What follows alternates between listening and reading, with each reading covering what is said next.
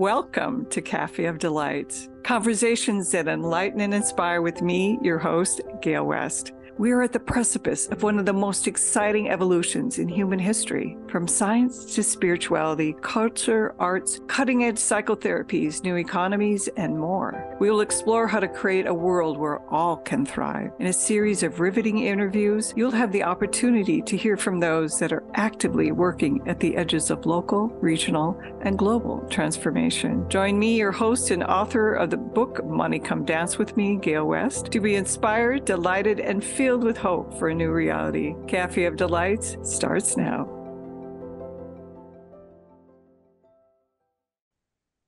Hello, everyone. This is Gail West, and I'm coming to you from Los Gatos, California. And I'm so happy to have Laura Crandall as my guest today. Laura, where are you coming from? I am in the greater Boston area, Gail, and I'm thrilled to be here. The other side of the United States of America. Exactly. So Laura founded her management consulting firm, Slate Communications, in 2009. She's been around for a while.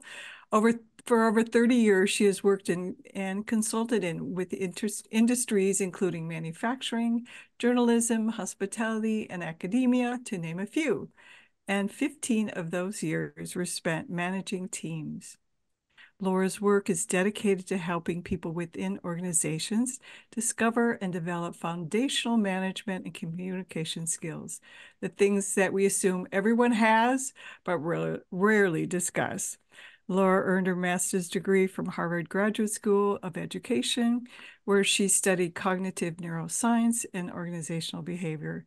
She is author of the new book, congratulations, Laura, of Working with Humans, Tools We Didn't Know We Need for Conversations We Never Expected to Have. Welcome, welcome, welcome, Laura. Thank you, thank you, thank you, thank you. So happy to have you. I'm so thrilled to be here. Since this is a Cafe of Delights, I'm going to ask you a couple of questions. Excellent. What delights your soul at this time, and what brings you hope? What delights my soul is connection with people who are curious about what their own heart and work is calling them to do, and where that generates creativity and excitement for how we do that for each other, how we engage and connect with each other. That's delightful. Just that's that thing. And then what gives me hope is sort of the basic humanity that we have to inspire one another when we're interested and engaged and learning and willing to try making our lives more delightful. Well, I love what your book is about, and we'll go into it even more depth. And that is honoring the human being as worthy of dignity. And I'm going to start with this quote. Put my glasses on here. The uncomfortable, if we want to get better working together, if we want to get better at working with humans, we must address the uncomfortable truth that the importance of human dignity has never been a focal point in the U.S. industrial system. That is really sad. And it's just not. So many of us get up in the morning and go to very toxic situations. And sometimes, those situations are not just our work, it's our home environment, our community environment. And a lot of it is really about that we don't honor the dignity of each human being. And we don't bring the conversations that matter into our lives. Yeah. So what's the other thing that brings you hope now? What brings you hope? Well, in that hope is that we are able to inspire one another, to reflect on the mere fact that we are sitting here having this conversation, and that there are people who are interested in these topics, and people who are willing to participate in being curious about what might spark a little joy in their day-to-day. And to your point, not just at work or not just at home, but in any moment in daily life, what The mere fact that we can do that as people and honor our own dignity with our own imagination, um, about wondering how things might be different than what they are right now and what that experience might be like, that brings me hope. Mhm. So that brings me to the inspiration for your book. Mhm. What inspired you to write this book? I know you took a while. It took a I while. did. I took a very long time to write this book. I took Books about are really hard to write, I swear to Books are hard God. to write, and once you get going, they get easier. But in the process, it's not easier. I took well over 10 years, closer to 14, to write this book, um, which in some ways was great because I had even more data to and personal experience to make it worthwhile. But the original inspiration was, um, I was really, really lucky early in my career. I was an executive early on in my early 20s in luxury hospitality. And I got really lucky in that I loved the people that I worked with. And even though the work was hard and it was exhausting some days, and we were doing weird things that were horrible practices, like competing over who worked more than 100 hours every week, because Oh my God. hospitality is 24 hours, 7 days a week. Right. And it was what a horrible thing to compete over. But I really enjoyed and had the privilege to work with wonderful human beings. And I want, so the impetus was, what are the things that were delightful for me about that, and why was it so memorable? And I really feel that people should have the opportunity to really enjoy each other at work. And being able to see that as I moved through my career, when did that happen? When did it not? And what are the conditions under which, even under very intense work environments, where we can support one another and enjoy the work, even when it's hard, even when it's difficult, and have a good time being able to bring our whole humanity into our workplaces in a way that is respectful, that is dignified, that is generous, and that is playful. So what are the conditions that make that possible? That was the impetus for the book. So you've had a really interesting, varied career. Um, Yes, I have. and you talked about how all these different career choices have led you to where you are right now. And a lot Yes. of people have these really varied careers Mhm. that feel like they're not connected and they don't have anything to do with each other and they're frustrated. Can you talk a little bit about how the different careers that you've had have led you to, and then, like, how did you end up going to Harvard and getting Yeah. your master's degree in, Mhm. organizational development or organizational behavior? Or Yeah, organizational behavior yeah, and cognitive neuroscience. yeah. The well, it started because I went to massage school. I went to trade school after I got my bachelor's degree. And so I went to massage school, I became a massage therapist. And so I followed that up with going and working in an Alaskan cannery immediately after graduating from massage school, because that's a thing that people do. So I I, always wanted to do that, but never was brave enough to do that. well, that's it. Like I'd always wanted, I'm like, that sounds fun. I'd had friends who worked in Alaska and owned a fishing boat, and I happened to connect with some people who were going and working there for a summer. And it was one of the best work experiences I've ever had, hands down. Working in that cannery was amazing. Again, the people were wonderful, despite the work being very difficult and often dangerous. Um, and being able to say, okay, from there, then I then I went and worked in luxury hospitality for a number of years, almost a decade. And that's how I actually got into, when I went and worked in the resort and spa industry as a massage therapist and then as a spa director. Um, that's ended up how I ended up getting into corporate education. Executive education was through needing to help people learn how to do work well in sometimes fairly esoteric environments. And that kind of moved me into the education framework around good operations, human resources, executive development.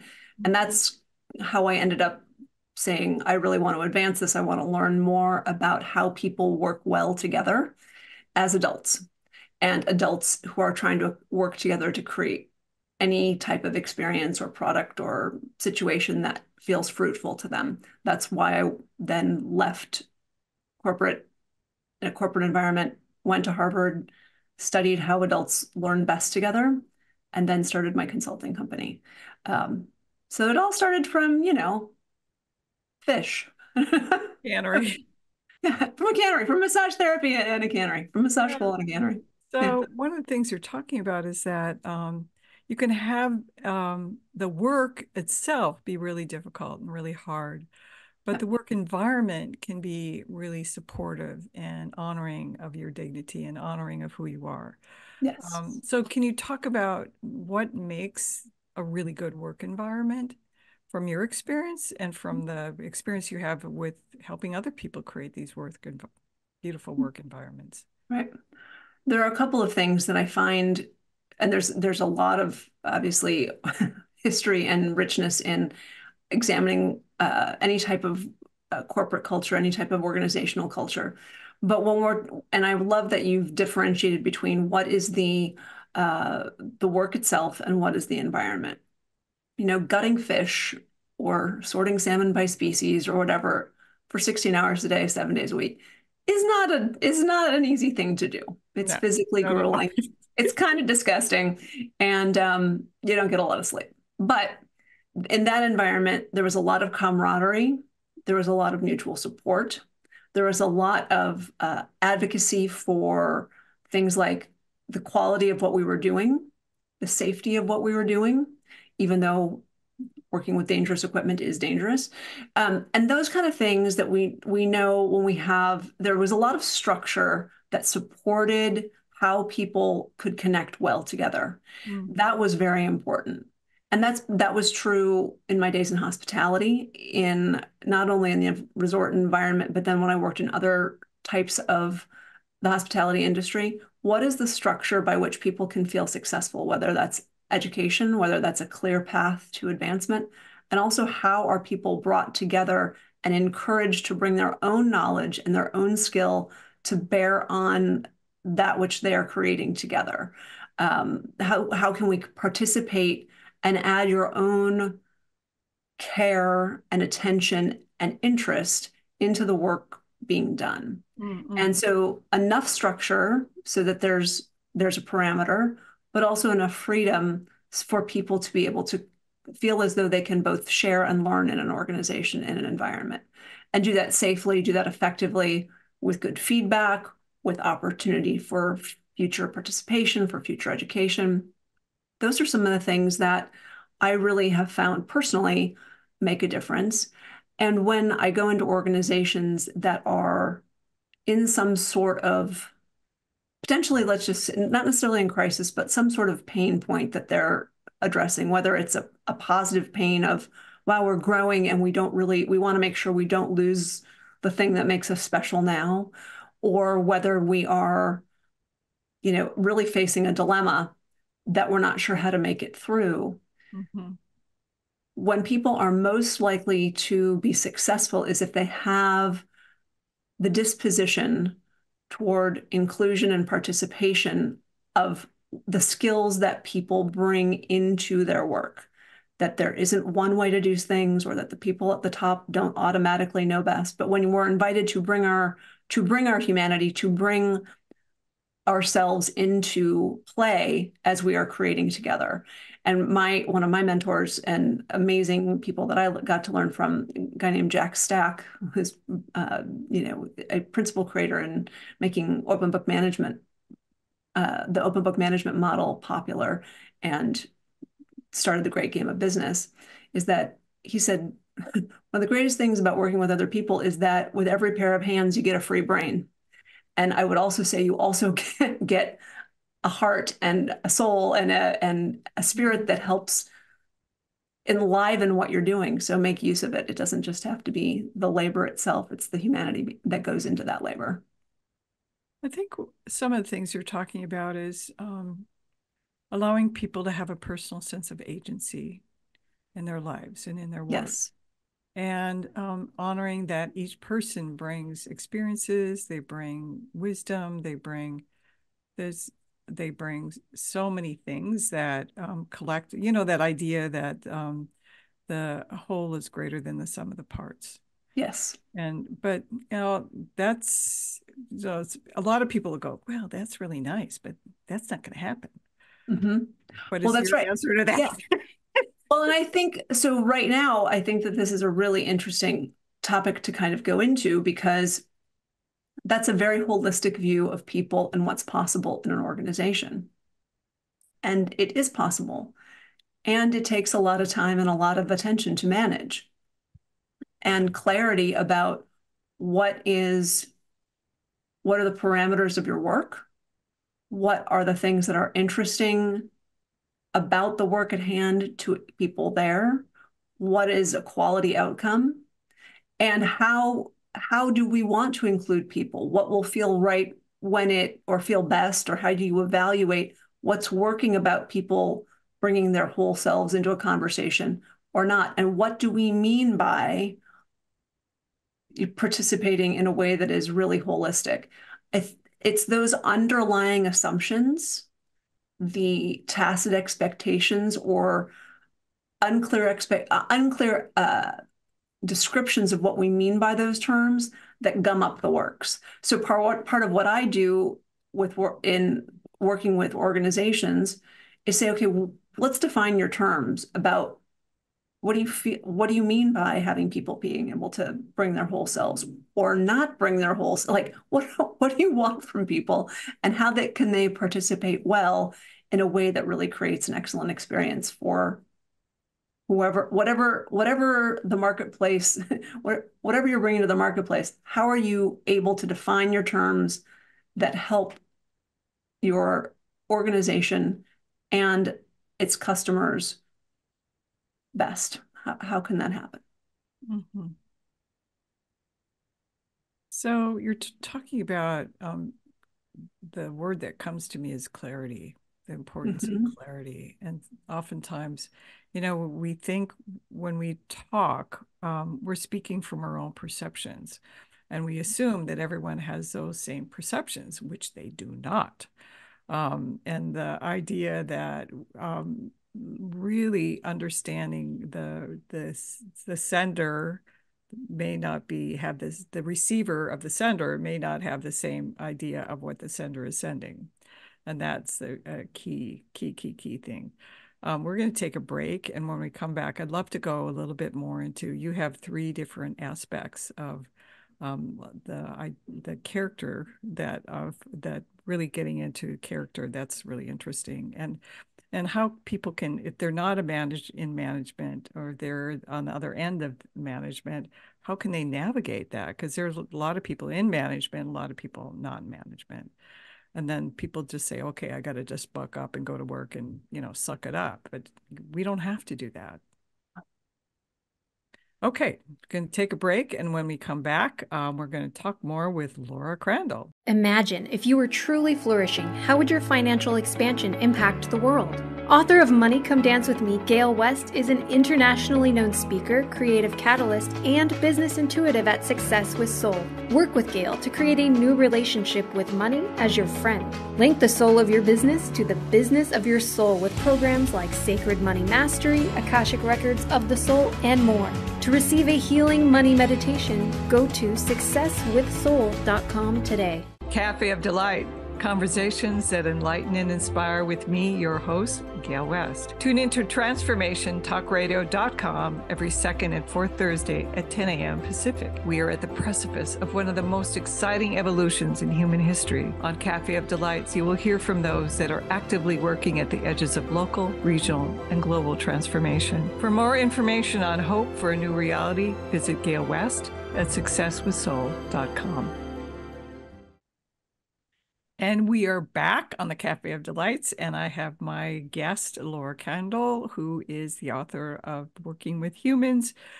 I got to read this. Tools you didn't know you needed for conversations you never expected to have. Okay, so we've been talking about the fact that we have to create environments that honor the dignity and the agency of each individual, and the idea of clarity, and how so many people have assumptions of that what they said is what people are hearing, which often isn't the case. I'd like to go a little bit more deeply into kind of the fundamentals of working with humans. We're all human. We are.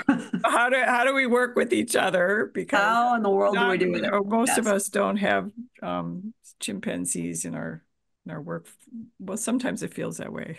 There's so many, yes, exactly. And now when we have the growing AI Yeah, challenge that we're also dealing with, all the right. things we have to deal with. It Well, can one of the be. things that to that point around clarity, when I work with organizations and we talk about, okay, where are the assumptions around what we're bringing to the table, our own perspectives, our own understanding, our own history. At some point in the conversation, let's say I'm helping an organization with a strategic conversation about where they're going to go over the next 4 years. At some point, because there's always a misunderstanding about something foundational about, let's say, just the founding of the company or the core values often of the company, because they haven't been discussed, because they're assumed that everybody understands them. And without being able to say, okay, well, what do we mean when we say we value integrity? That's a very common one. That can mean very different things to different people. Does it mean truthfulness? Does it mean structural integrity? Does it mean consistency? What does it mean? And without actually bringing that into the conversation, you can miss a lot. And my favorite example is and I write about this a little bit in the book. I got to be a part of opening a really beautiful, very wonderfully community-based hotel in Burlington, Vermont, a number of years ago, 11 years ago. And one of the things when they first started, long before they opened, was they wanted to have they were talking about an honest hotel. And I'm like, that sounds great.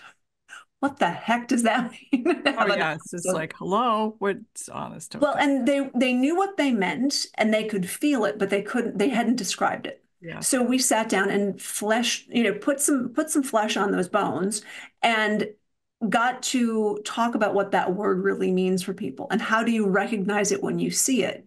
And the fact that people all had a slightly different perspective was actually really, really valuable, so that we could talk about it and like, well, this is what that word, what honest means to me. That's how I know it when I see it in this environment around hospitality. That's what I see when we have an interaction or a conversation with a coworker. This is where this is relevant as it shows up in the other values in our organization.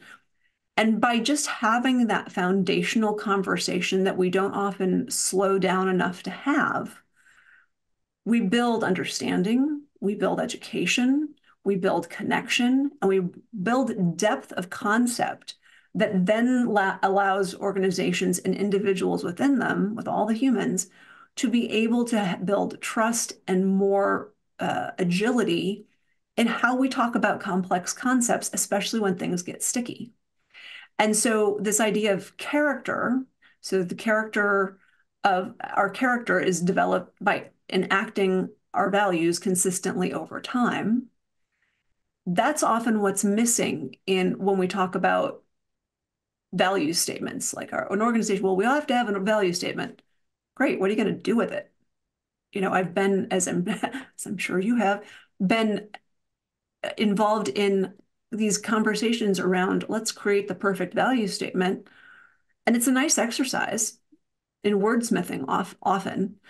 But what are the guts underneath it that can be used, to your point about whether it's someone in management, someone in a C-suite, and also what does the person who is a line worker, what does a person who is in middle management, what does a person who's just there doing their job do with the value statement, and how can they use it and make it relevant to support how they participate well in an organization. And that part, your character, so how you are enacting the qualities of character, your values consistently over time, that's where I start the anchor of the book, because that conversation almost never happens at work, um, either for the organization overall or for individuals.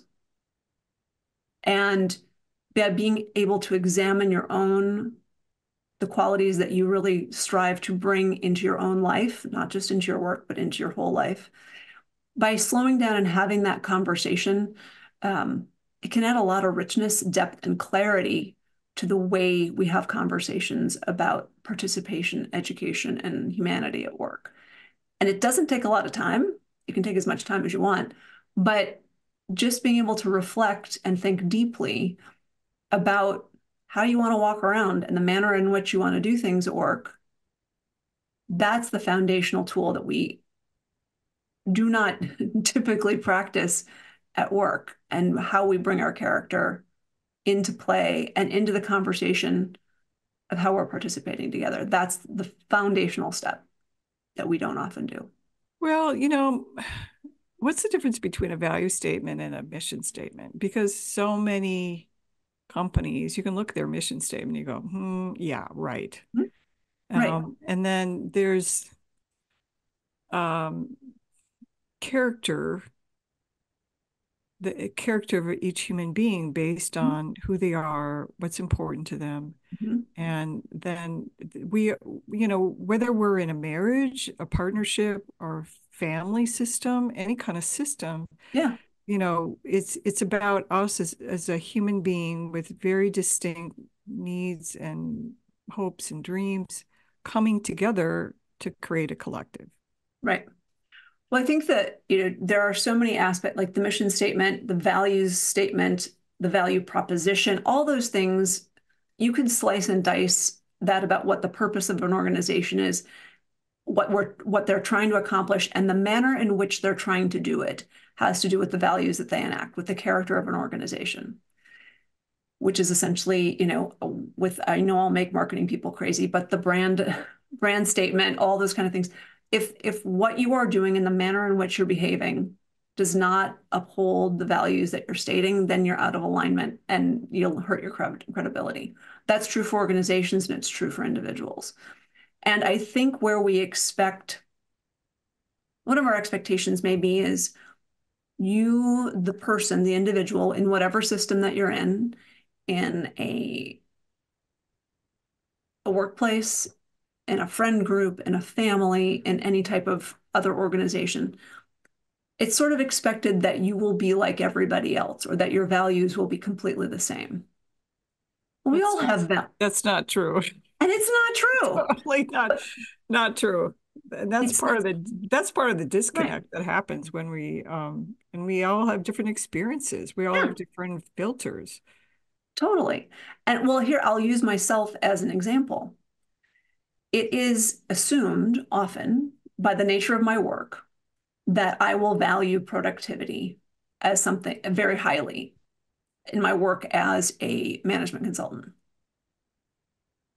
I don't, because I think productivity for its own sake is often the root cause of why humanity is left out of the workplace.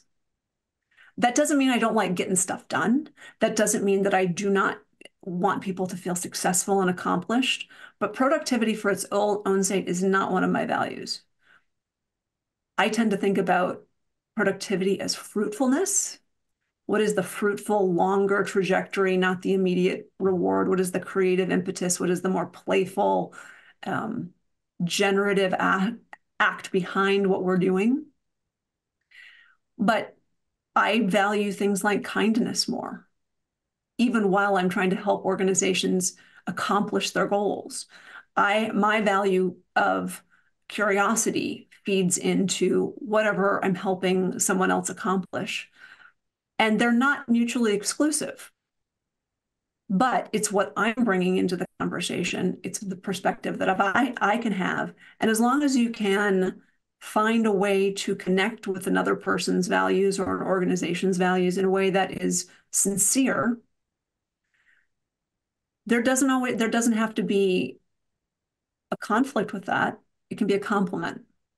But without having that initial conversation individually, so as a human who works with other humans, what do I value? What is the character that that I want to cultivate for myself? Without that first level of reflection, it makes it harder to walk around and feel great about what you're doing because you kind of have to, it can feel like you're kind of figuring things out on the fly too much. Like, wait, what am I supposed to be doing? But if you know what you care about deeply and have thought about it and can discuss it and examine it and adjust when you want to, it makes being able to work with others, connect with an organization in a way that you find meaningful. It makes it a lot more interesting, and it makes it a lot more satisfying. So I'm thinking of Covey's book, Seven Habits of Highly Effective People. And that's one of the things he really recommends that you do get really, really clear on what's important to you. Yep. Let's make it practical. Like how does a person do that? And you have this in your book. But how does a person actually do that? And then once you've gotten really clear on this is one of my values and this is how I want to be, how does somebody navigate that within the workplace when maybe the workplace doesn't align with that? Right. Well, I think that to your point in the book, the easiest way that I've found to just sort of dive in, if you haven't thought much about, or even if you have thought much about what are the values that you bring, what are the qualities of character that you want to walk around with every day. And this is, you can go back to, Aristotle's tables of virtues and vices if you want, and kind of go several thousand years. I love that. Or bring it up to right in the now. book. Right. And I just give you a list. Pick the ones that feel the most resonant for you. And the trick is to not pick the ones that you're supposed to have, that either because of your family system, your community, your whatever the religious environment in which you were raised, whatever that might be, they might be completely your values, but they might not be. So explore for yourself, what are the qualities of character that really resonate with you, and play with them. And make decisions from them. And I think that's the thing that we don't give ourselves enough time for, is that, well, I should feel like tenacity is the thing I'm supposed to care about, or I should value truthfulness or what most, or loyalty, or whatever that may be. If those things resonate, try making decisions from them. Do they feel right? Do they feel right all the time in any circumstance? So at work, at home, with your peer group, with your family, whatever, when you're buying groceries, like, how are you walking around, and what are the qualities of character that you pull from most regularly and that always help you feel at ease and the most confident when you need to make choices? And you just test them out. And if you think, oh, wow, I really thought that, persistence was something that was going to be a quality for me. And if it doesn't hold water throughout all of those, adjust it. It's not that we don't, and here's the thing, we all use all of the qualities of character at some point. But you got to be able to test them out and see what are the ones that really resonate with you. So for me in the book, I give a list of 150 different qualities of character. It's a lot. You go through, you circle your top 10, and from there you get them down to the top 4 so that you essentially have a compass, 4 points on a compass, 4 things that you can absolutely rely on to help you navigate choices and navigate decisions in the world. Because that's the practical thing that, for me, I have to have it sort of on me, like I have like a compass, to be able to help me make decisions and choices and make sense of the world in real time in a way that feels generous to myself and helps me navigate connecting, especially when things are a little out of a lot of joint maybe with someone, or just I'm Mhm. not quite sure how to connect with someone else. Mhm. Um, if I know that I can come at something with curiosity, if I can come at something with kindness, if I can come at something with joy, that helps me make good choices and find a way toward connection, which is one of the things that I find delightful. So it's an invitation. Your book is lovely, a lovely invitation to know yourself Yes, and know really clearly what's important to you. And very few people do that. And once we do that, we really connect to honoring who we are as human beings. And then the more that we honor ourselves, the easier it is to honor others. that's The right. more we accept ourselves and what's important, the easier it is to accept others. That's right. And that's why I also put in sections called Practice with a Pal, so that you can literally sit down and test out new tools in a way that feel practical and Mhm. playful and connecting. And these are essential skills in your life. This is not just about working with like who am I? What brings me delight? What makes me feel really comfortable in my body and in my essence? Yeah, It's an invitation to be our beautiful selves, absolutely. basically. We're going to take another break, and when we do, we're going to come back and go into the other part of the book, like conversations Mhm. that people have, and how to work with those. And this is Gail West, and you are on the Cafe of Delights. We'll be back in a few minutes. Imagine if you were truly flourishing, how would your financial expansion impact the world? Author of Money Come Dance With Me, Gail West is an internationally known speaker, creative catalyst, and business intuitive at Success with Soul. Work with Gail to create a new relationship with money as your friend. Link the soul of your business to the business of your soul with programs like Sacred Money Mastery, Akashic Records of the Soul, and more. To receive a healing money meditation, go to successwithsoul.com today. Cafe of Delight, conversations that enlighten and inspire with me, your host, Gail West. Tune into transformationtalkradio.com every second and fourth Thursday at 10 a.m. Pacific. We are at the precipice of one of the most exciting evolutions in human history. On Cafe of Delights, you will hear from those that are actively working at the edges of local, regional, and global transformation. For more information on hope for a new reality, visit Gail West at successwithsoul.com. And we are back. This is Gail West on the Cafe of Delights, and I have my guest, Laura Crandall, who wrote the book, Working with Humans. We've been talking about character. We've been talking about honoring our dignity and our agency. And I'd like to go a little bit more into the rest of the book. And, once we've got our character, where do we go from here? As far as tools you didn't know you needed for conversations you never expected to have. That's her Right. subtitle. Exactly. So I think, yeah, and the thing of it is that it's the surprising conversations, the unexpected conversations that throw a spanner in the works in any environment, whether it's at work, whether it's in any type of relationship that you have. And even sometimes when you surprise yourself, like, why did I just do the thing that I didn't expect to do? Or how do I deal with something that I thought was so basic that I thought everybody understood? How do you clarify that? And Yeah. so there are three essential tools in the book.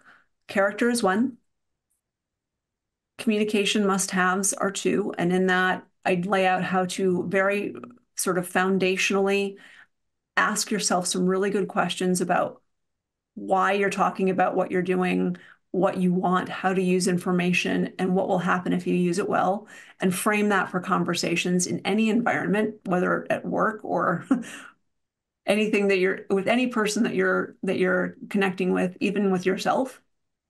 And then also, what are the behavioral expectations? The key behaviors are the third tool of how do we expect each other to behave in any situation where people are working together in any environment.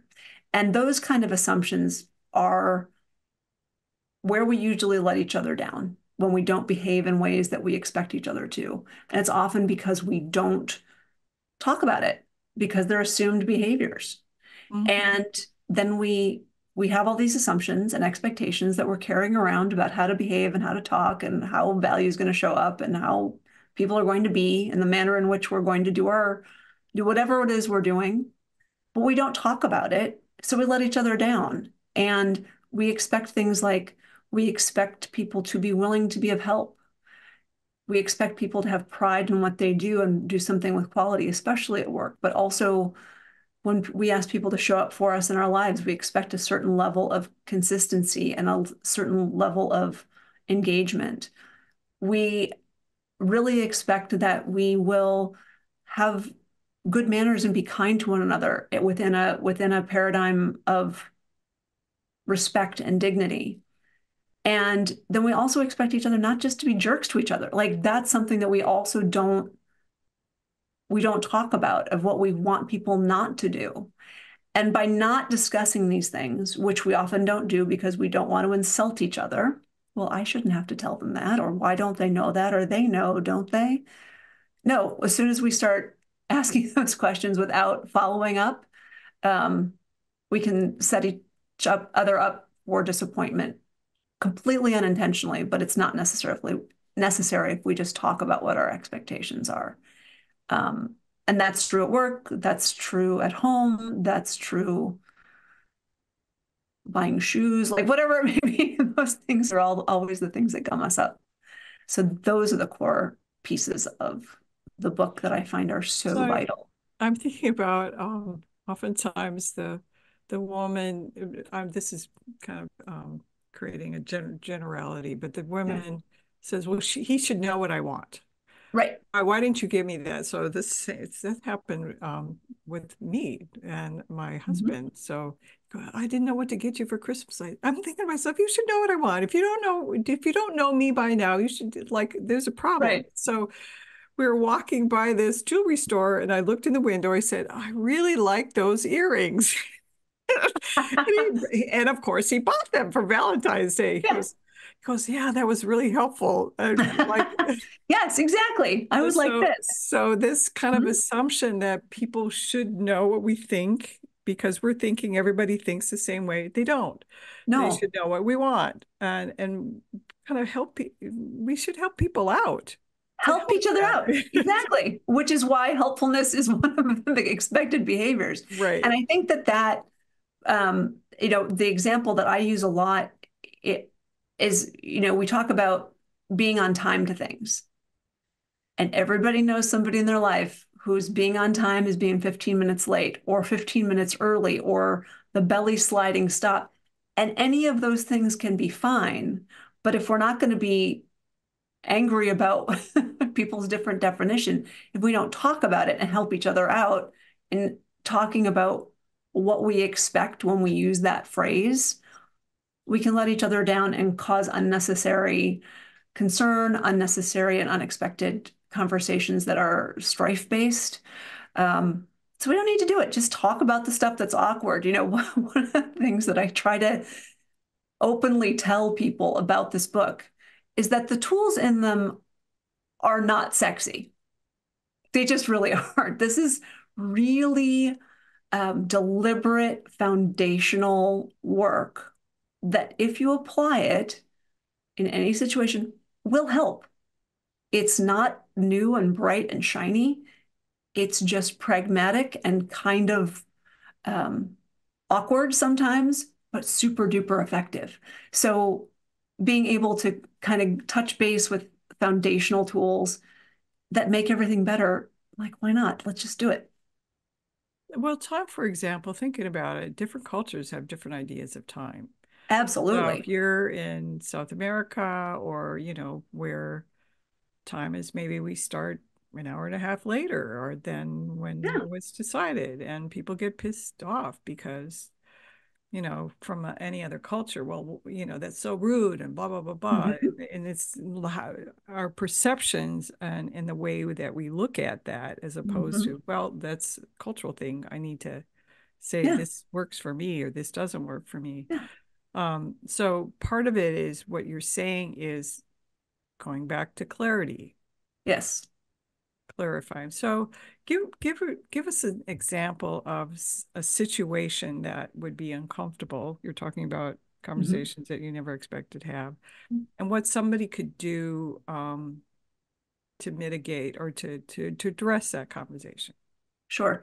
One of the things that I'm seeing a lot right now with people who are managing people who are new to the workforce, brand spanking new, right? Like people who are just out of college, and especially people who were in college and a lot of internships online during the pandemic, who are now going into in-person work. There are so many points of frustration with what young people to the workplace, or new people to the workforce, but generally they are younger in their early 20s, about what they don't know how to do. And there's a lot of frustration directed at them, which is, by the way, an old thing, and every generation does it. And it's kind of a boring habit that people who are older have. but why don't they know how to behave in a meeting? Why don't they know how to keep their emotions under wraps at work? Why don't they know X, Y, or Z? Why don't they know what it means to be on time? Why don't they know that they were supposed to be in this type of dress for this meeting? And my question is, did you tell them? Well, no, they should know. Why? Why should they know that? It's not all by osmosis. So, and the psychic employee communication network is handy, but we haven't really cracked it yet. So one of those things is and this is what I try to have people who are in management do, and it's not an easy thing to do, but it pays dividends when you take the time to do it. What do you expect people to do?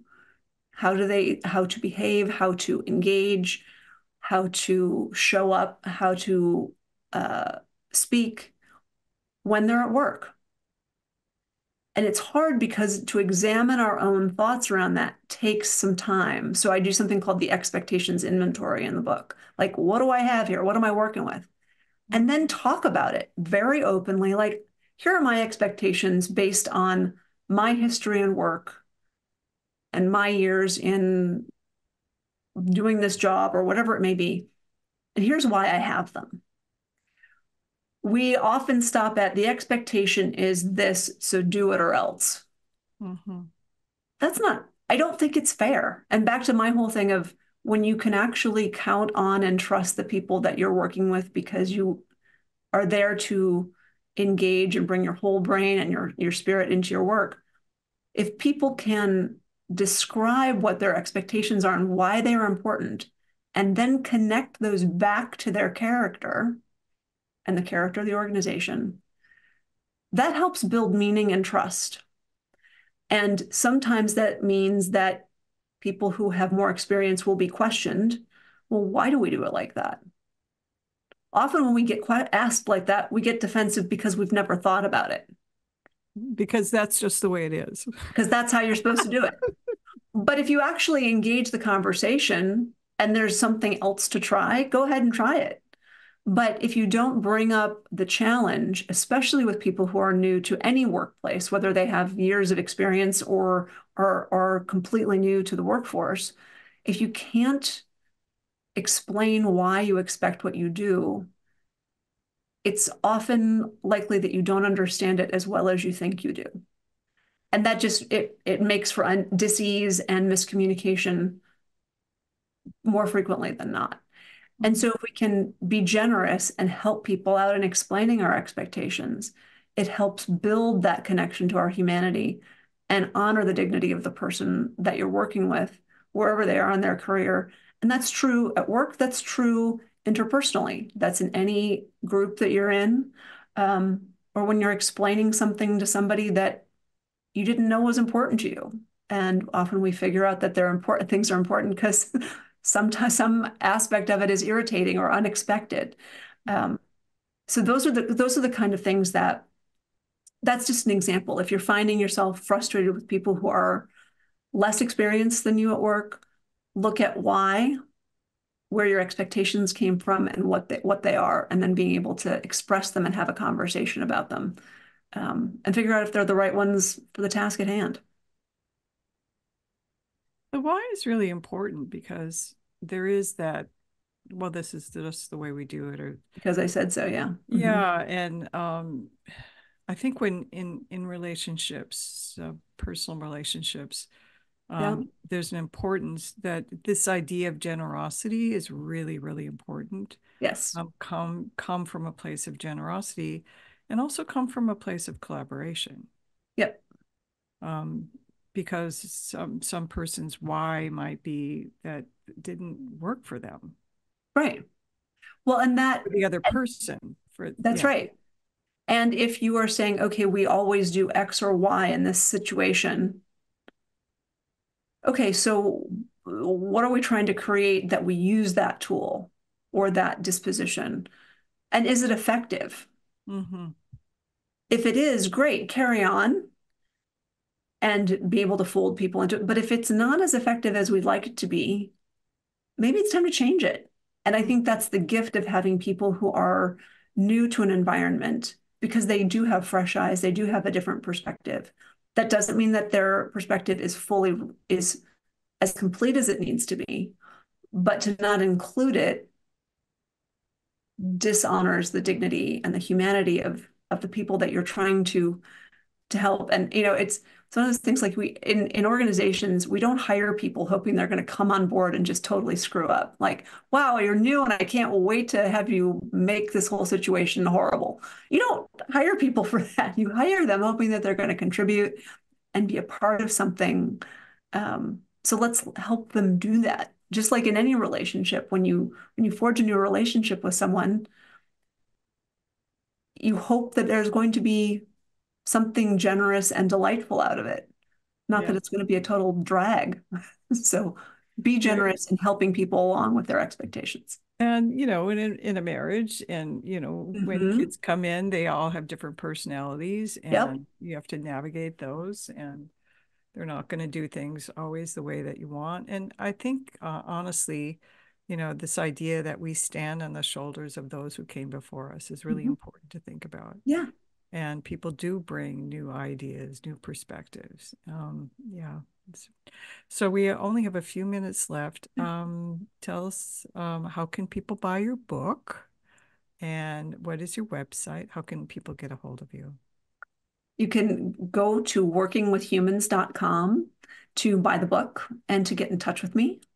And just very straightforward, workingwithhumans.com. And that, or you can find me at lauracrandall.com, and which is LauraCrandall.com. And